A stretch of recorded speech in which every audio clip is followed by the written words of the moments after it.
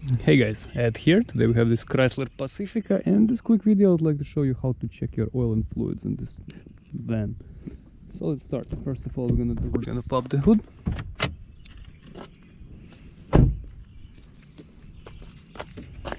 Pop the hood and put it on a stand right here. Alright. Okay, so let's start. So okay, first thing we're gonna do, let's talk about motor oil. How do you check motor oil in this van? What you're gonna do, you're gonna warm the car up so till the temperature goes to the middle, and then you're gonna wait, let's say 15-20 minutes, and then you're gonna check the oil level. Okay, how do you check the oil level? First, for that you'll have to get a paper towel, napkin, or a rag, something like that. You just get the dipstick out, just pull on it and wipe it off. Okay, put the dipstick back in, get it out, and check the reading. So, okay, so reading should be right in the middle over here. Okay, as you can see the striped line. Okay, so what we have here is our level is perfect. Okay, so it's up to here. So level is perfect, and let's check the condition of oil. Okay, it's a bit brownish, but the oil is fine. It doesn't have to be changed. So that's it. This is how you do. In case if you are lacking oil, if you're missing some, you have to add some oil. This is the cap you're gonna open. Okay, and here you're gonna pour motor oil.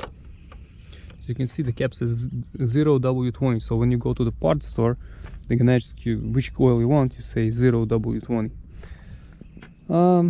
Yeah, so this is pretty much it about the motor oil. Next thing is coolant. Okay, so we have coolant reservoir here. Here we have max and min signs. Okay, use like dealer specified antifreeze, but that's what they want. Okay, if your car is under warranty, obviously your dealer is going to take care of it. If not, then pretty much any antifreeze will do, but of course it's better to use the one which your manual says. In extreme situations, if you have to drive for a short period of time and you don't have any water is fine, but only for a short period of time. So okay, and this is very important. You never open this cap if the car was working and it's hot. Okay, so if temperature is in the middle and it was working, you're gonna open this thing, it's gonna just blow up. Okay, you don't want to get boiling antifreeze in your face, so you have to wait till the car cools down, then carefully open the cap. Next thing, well, windshield washer fluid goes right here. Just open it, pour it in, anything, and pour in the windshield washer fluid and just close it. That's it, very simple. DOT, well, the brake fluid. Okay, so this is a DOT3 brake fluid reservoir. Okay, min and max signs. This is fine. Just open it and pour in case if you have to add.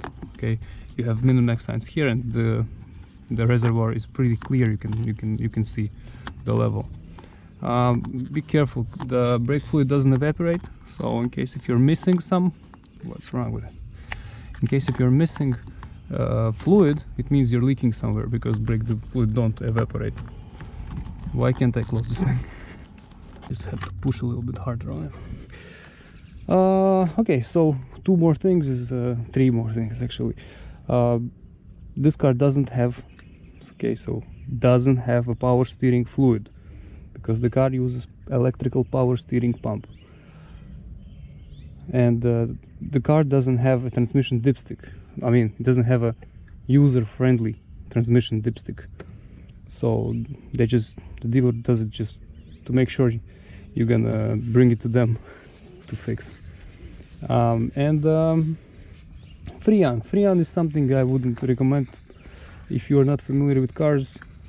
Freon is the liquid in AC system. If you are not familiar with cars, then you shouldn't really do it yourself. So just take it to your mechanic and he will take care of it. Yeah, so this is pretty much it. All the fluids in this car And yeah, hope this helps. If it does, please press like button and have a great day. Bye bye.